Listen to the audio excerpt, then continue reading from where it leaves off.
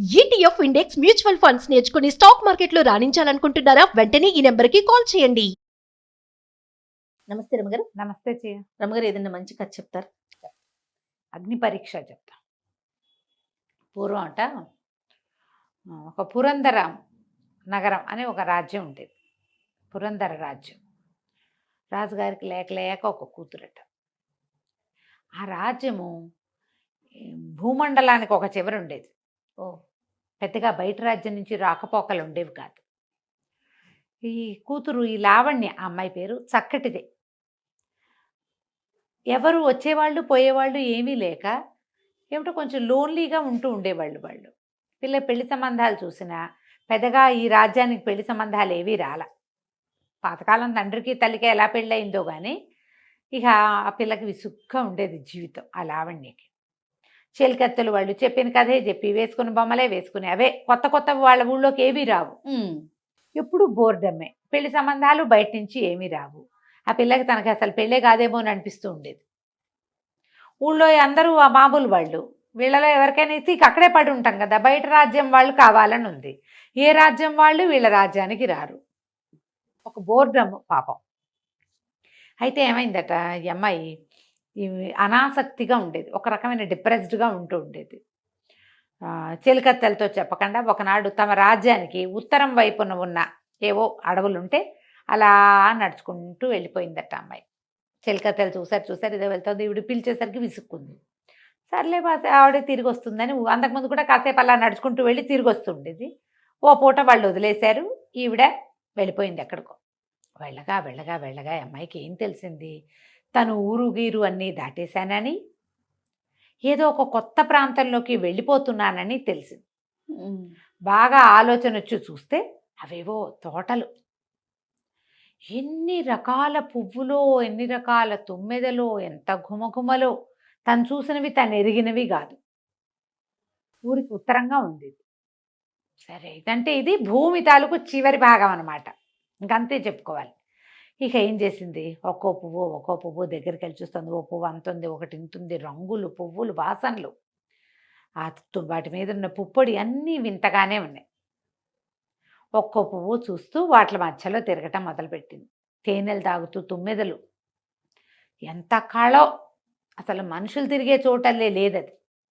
అయితే చూసి ఇంకా వెళ్ళిపోదాం, 2 పువ్వులు కోసి తలలో పెట్టుకుందామని ఒక పువ్వు తెంపంగానే ఎవడో ఒక యువకుడు గర్జిస్తూ, ఎవరది పువ్వులకు వస్తోంది అని పరిగెత్తుకుంటూ వచ్చాడు. అతనికి చొక్కా లేదు, పంచ కట్టుకుని ఉన్నాడు, బలశాలిగా మగవాడు.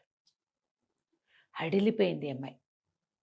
ఎవరు నువ్వు, పువ్వులకు వస్తున్నావంటే ఆ అమ్మాయి చెప్పుకుంది, నేను పురందర నగరం రాజకుమార్తెని, నా పేరు లావణ్య, ఏదో నడుస్తూ వచ్చాను, ఇందులోకి వచ్చేసా, పువ్వులు బాగున్నాయని కోసుకున్నాను, ఈ పువ్వులు కొయ్యకూడదా? కొయ్యకూడదు, ఇది గంధర్వుల వనం అనగానే భయమేసింది. అమ్మో అంది. నేను దీన్ని కాపలా నువ్వెవరు అని అడిగింది. నేను ఇక్కడ కాపలా ఉంటాను, పువ్వులు గంధర్వులు తప్పిస్తే వేరే వాళ్ళు కొయ్యకూడదు, పోనీలే ఇంత దూరం వచ్చావుగా తీసుకో అని 2 పువ్వులు ఇవ్వబోయాడు. నువ్వెవరు అని, నేను ఇక్కడ కాపలా ఉంటాను అన్నాడు. గంధర్వుల వనానికి కాపలా ఉండేవాళ్ళు గంధర్వులేగా. అంతే. భయమేసింది అమ్మాయి. గంధర్వుల మీద చాలా కథలు చెప్పుకుంటారు వాళ్ళ ఊళ్ళల్లో. అకస్మాత్తుగా ప్రత్యక్షం అవుతారని, తీసుకెళ్ళిపోతారని, మాయం చేసేస్తారని, గంధర్వుల ప్రేమలో పడిన ఆడపిల్లలు సర్వనాశనం అయిపోతారని ఇలా చాలా విన్నది. ఆ అమ్మాయికి 18-19 సంవత్సరాలునే. అంతటి మగవాణ్ణి అంత దగ్గర నుంచి చూసిన దాఖలాలు ఎప్పుడూ లేవు. ఒకసారి అతను చూడంగానే మనసు జల్లుమంది కూడా.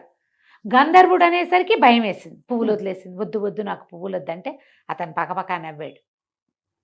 ఎందుకు భయపడతావు, నా పేరు సువ్రతుడు, నేను కూడా మనిషినే, గంధర్వుల వనానికి కాపలా ఉన్నాను, కానీ నేను నీలాగానే మానవ జన్మెత్తిన వాడిని. మా తాత నేను ఒకసారి అడవిలో తిరగటానికి వచ్చాం. దీని తర్వాత అంటే ఈ పురందర నగరానికి అవతల పక్కగా ఉన్న నగరానికి రాజుగారి మనవడు మా తాత నేను కలిసి ఇక్కడికి వచ్చాము. మా తండ్రి లేడు. ఒకసారి వేటగాని వచ్చి, ఇప్పుడు వీళ్ళ నగరానికి ఉత్తరంగా ఉంది కదా, మా నగరానికి ఇది ఐమూలగా వస్తుంది, నైరుతిలోకి అలా వస్తుంది. మేము ఇటువైపు వేటాడడం కోసం వచ్చి ఈ వనం దగ్గరకు వచ్చేసాము. ఒక గంధర్వ రాణి ఆ రోజు పౌర్ణమి అవ్వటం వల్ల గంధర్వుల రాణి నన్ను చూసింది. ఆమె నన్ను ఎత్తుకుపోయింది. మా తాత నన్ను వెతుక్కుని వెనక్కి వెళ్ళిపోయాడు. ఎన్నాళ్ళో అయింది. ఆమె తనని ప్రేమించమని పెళ్లి చేసుకోమని అడిగింది. నాకు ఆమె మీద ఏ ప్రేమ కలగలేదు. నేనప్పుడు 18 ఏళ్ల వాడిని. దాంతో ఆవిడ ఏం చేసిందంటే ఈ వనానికి కాపలాదారుగా నన్ను ఇక్కడ వదిలిపెట్టింది. నేను మనిషిగా ఉండటానికి. నేను ఇక్కడే ఉంటా. ప్రతి పౌర్ణమికి వస్తుంది. ఇక నేను వాళ్ళకి బందీగా ఉండిపోయా. పౌర్ణమి నాడు మొత్తం గంధర్వులంతా ఈ తోటలోకి వస్తారు. పౌర్ణమి నాడు వాళ్ళు రావడానికి వీలుగా ఈ తోటని పెంచుతూ ఉంటాను నేను. నాకు ఇక్కడి నుంచి విముక్తి లేదు. ఇప్పటిదాకా నేను మనిషి అన్నవాడిని చూడలేదు, నిన్నే చూశాను అన్నాడు. అనేసరికి అమ్మాయికి బాధ వచ్చేసింది. ఇప్పుడు తనేమైంది, ఈ భూమికి చివరిలో ఉన్న నగరానికి యువరాణిగా ఉండటంతో తనకు అవే మనుషులు, అవే మొహాలు. విముక్తి లేదు ఆ నగరం నుంచి. ఎవరు కొత్త వాళ్ళు రారు. అక్కడి నుంచి వెళ్ళటానికి వీలు లేదు. సాధారణంగా తనలాంటి వాళ్లే చక్కగా తనని బాగా చూసుకునే ఊరు, తండ్రి, తల్లి, సేవకులు, చెలికత్తెలు అన్నీ ఉండే నేను డిప్రెస్డ్గా ఉన్నా. ఇక్కడ పువ్వుల తోట తప్పిస్తే నరమానవుడు అనేవాడు లేని చోట ఒకడు మనిషి ఎట్లా ఉంటున్నాడు పాపం. అదేగా, నెలకొక్క రోజే వాడి జీవితానికి సందడి. అది కూడా వాడికి ఇష్టం లేదు. అది వాడు మనిషిగానే ఉండాలి. గంధర్వుల రాణి వస్తుంది. వచ్చి ఏం చేస్తుంది? ఏం లేదు, వీడు బందీ అయిపోయాడు. తాత లేడు, ఎవడూ లేడు. ఇక్కడి నుంచి వాడు ఎక్కడికి వెళ్ళకూడదు. అయితే అమ్మాయి అడిగింది, మరి నువ్వు ఎట్లా ఈ బందికానా పోయేది, ఎలా పోగొట్టుకోగలవు నువ్వు అని అడిగితే అన్నాడు, అది చాలా కష్టం. వాళ్ళు పౌర్ణమి నాడు ఇక్కడికి వస్తారు కదా, ఆ గంధర్వరాణి సముఖంలో నన్ను ఎవరైనా కౌగిలించుకోవాలి. చాలా పరీక్షలకి గురి చేస్తుంది. అన్ని పరీక్షలకి నిలబడితేనే నేను వాళ్ళకి దొరుకుతా. పరీక్షలకి భయపడి వాళ్ళు వదిలిపెట్టేశారంటే నన్ను, వాళ్ళు కూడా ఇక వాళ్ళు చచ్చిపోతారు, నేను ఇక్కడ దొరికిపోతాను. నన్ను ఎవరు రక్షించలేరు. నా కోసం ఎవరు ప్రాణాలు వదలటానికి సిద్ధపడతారు? ఏ మనిషి అన్నవాడు? అసలు ఇక్కడ మనుషులు ఎవరు లేరు. నేను చెప్పాగా, నేను ఒక్కదాన్ని నేను చూశానని. అవేమీ జరగవు, నువ్వు వెళ్ళిరా అన్నాడు. పౌర్ణమికి ఇంకా 4 రోజులు. ఈ లావణ్య ఇంటికి వెళ్ళిపోయింది. ఆ అమ్మాయికి పదే పదే పదే పదే ఈ సువ్రతుడే జ్ఞాపకం వస్తున్నాడు. ఇన్ని ఉండి నేను ఇలా ఒంటరితనాన్ని అనుభవిస్తుంటే నిజంగానే ఒంటరిగా ఉన్నవాడి స్థితి ఏమిటి? అదే కదా. ఒక దేశానికి రాజకుమారుడిగా ఉండి ఈ పాటికి పెళ్లి పేరెంటం పిల్లలు కలగాల్సిన వాడు కదా. యవ్వనంలో ఉన్నాడు, అందంగా ఉన్నాడు. ఒక్క మనిషి తోడు లేకుండా అలా గంధర్వుల మధ్యలో చిక్కుబడిపోయాడు. వాళ్ళతో జీవితం ఏం బాగుండదు. సరే, ఏమనుకుంది, ఆ అబ్బాయిని రక్షించాలని పుట్టింది ఈ పిల్లకి. ఏం చేసింది, పౌర్ణమి నాడు సాయంకాలం 4 గంటలకల్లా బయలుదేరి ఉత్తరం వైపుకి వనానికి వెళ్ళిపోయింది. ఎవరికి చెప్పకుండా వచ్చేసి ఆ పువ్వుల సందున దాక్కుని కూర్చున్నది. పువ్వుల చెట్ల సందున కాస్త చీకటి పడేసరికి చంద్రోదయం అవ్వంగానే వాతావరణం అంతా వెన్నెలతో నిండిపోయింది. సుగంధాలు చిమ్ముతున్నాయి పువ్వులన్నీ. రకరకాల జంటలు రావటం మొదలుపెట్టారు. ఎవరెవరెవరెవరో ఎంతమందో వస్తున్నారు. ఆ గంధర్వుల రాణి ప్రతి పౌర్ణమి నాడు వచ్చి నన్ను పెళ్లి చేసుకుంటావా, నన్ను పెళ్లి చేసుకో, నాతో ఉండు అని అడుగుతూనే ఉంది. ఈ కుర్రాన్ని ఎన్నేళ్ళ నుంచో. వాడు ఒప్పుకోడు. తన దారిని తను వాళ్ళతో వీళ్ళతో విహరించి వెళ్ళిపోతుంది, మళ్ళీ వస్తూ ఉంటుంది. అయితే ఏమైంది, ఈ అమ్మాయి చూస్తోంది అట్లా ఎవరెవరో వస్తున్నారు, బోళ్ళంతమంది. అందరూ నాట్యాలు చేస్తున్నారు, పాటలు పాడుతున్నారు. ఈ పువ్వుల్లో ఉన్న మకరందాన్ని పీల్చి పువ్వులు కోసుకుంటున్నారు. ఒకళ్ళ పువ్వులు కోసి ఇంకోళ్ళ తలల్లో పెడుతున్నారు. జంటలు ఎన్నో నాట్యాలు చేస్తున్నాయి. క్రమంగా ఈ అమ్మాయి చూడగా ఒక మహాద్భుత సౌందర్యవతి బోల్డని నగలతో అలంకరించుకుని రెక్కల గుర్రం మీద రావటం చూసింది. చూసేసరికి ఆ అమ్మాయికి తెలిసింది, వీళ్ళందరూ వేరు, అమ్మాయి వేరు. వీళ్ళంతా జనంగా ఉన్నారు, అమ్మాయి రాణిగా ఉంది. ఇదే గంధర్వుల రాణి అని తెలుసుకుంది. ఆ అమ్మాయి రెక్కల గుర్రం దిగి అట్లా లోపలికి వస్తుంటే ఎక్కడున్నావు అని పిలుస్తూ ఉంటే ఈ సువ్రతుడు ఒక చెట్ల చాటు నుంచి రాణికి ఎదురుకుండా వెళ్తున్నాడు. ఈ అమ్మాయి ఏం చేసింది, పరిగెత్తుకుంటూ వెళ్ళి ఆ సువ్రతుడిని గట్టిగా కావలించుకునేసరికి అలా గంధర్వరాణి పిచ్చి కోపం వచ్చేసింది. ఎవరో స్త్రీ తాను కావాలనుకుంటున్న వాడిని కౌగిలించుకుంది. వెంటనే ఆవిడ ఎలాంటి మాయ చేసిందంటే ఈ కావలించుకుంది కదా, ఈ అమ్మాయి 2 చేతులతో హగ్ చేసుకుంది. సడన్ గా ఈ కౌగిల్లోంచి సువ్రతుడు మాయమయ్యి బ్రహ్మాండమైన కొండ శిలువ ఇంతలా ఉంది, పాము బుసలు కొడుతూ. ఈ అమ్మాయి వదిలిపెట్ల. తెలిసింది అమ్మాయికి, ముందే చెప్పాడు కదా ఆ మాయలు, చాలా మాయలు పన్నుతుంది, ఆ మాయని తప్పించుకోలేరు ప్రతి వాళ్ళు. అమ్మాయి కళ్ళు మూసుకుంది, కృష్ణ కృష్ణ అనుకుంటూ భగవంతుని తలుచుకుంటూ అట్లాగే కావలించుకుంది. చాలాసేపు గడిచింది. ఈ అమ్మాయికి ఆ మెత్తటి పావును కావలించుకున్న ఫీలింగ్ తెలుస్తూనే ఉంది. సడన్ గా ఒక్కసారి ఇచ్చాగా కొండ చెలువుగా ఉన్నదాన్ని సింహంగా మార్చేసింది.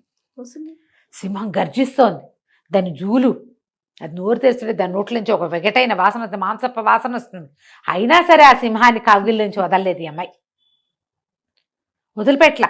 ఎంత కేకలు పెట్టిద్దో, అరుస్తూనే ఉంది ఆ సింహం, గర్జిస్తూనే ఉంది. ఈ అమ్మాయి కూడా అరుస్తూనే దాన్ని అట్లాగే కావలించుకుని ఉంది, వదిలిపెట్టలేదు. సువ్రతుడే వీడు, సువ్రతుడే, సింహం కాదు, సింహం కాదని చెప్పుకుంటోంది తనకి తనే. మాయ ధైర్యంగా ఉండాలి, ధైర్యంగా ఉండాలని చెప్పుకుంటూ అలాగే వదిలిపెట్టదు అని ఉన్నట్టుండి ఏమైందో తెలుసా, ఆ సింహం మారిపోయి కాలిపోతున్న ఒక ఇనప స్తంభంగా మారిపోయాడు ఆ సువ్రతుడు. ఆ ఇనప స్తంభాన్ని కౌగిలించుకుంటే ఎలా ఉంటుంది, కాలిపోతుంది, ఒళ్ళంతా మంటలు, మండిపోతోంది, చర్మం ఉడికిపోతున్నట్టు, కండలు ఉడికిపోతున్నట్టు, లోపల వక్షస్థలం కాలిపోతోంది, చేతులు కాలిపోతున్నాయి. ఆ అమ్మాయి అలాగే దేవుడా దేవుడా అనుకుంటూ కౌగిలించుకుని వదిలిపెట్టలే. చాలాసేపటికి ఆ కాలిపోతున్న ఒంటితో స్పృహ తప్పిపోయింది. స్పృహ తప్పి పడిపోయింది లావణ్య. ఆ అమ్మాయికి స్పృహ వచ్చేసరికి తన కౌగిల్లో సువ్రతుడు ఉన్నాడు, వాడికి కూడా స్పృహ లేదు.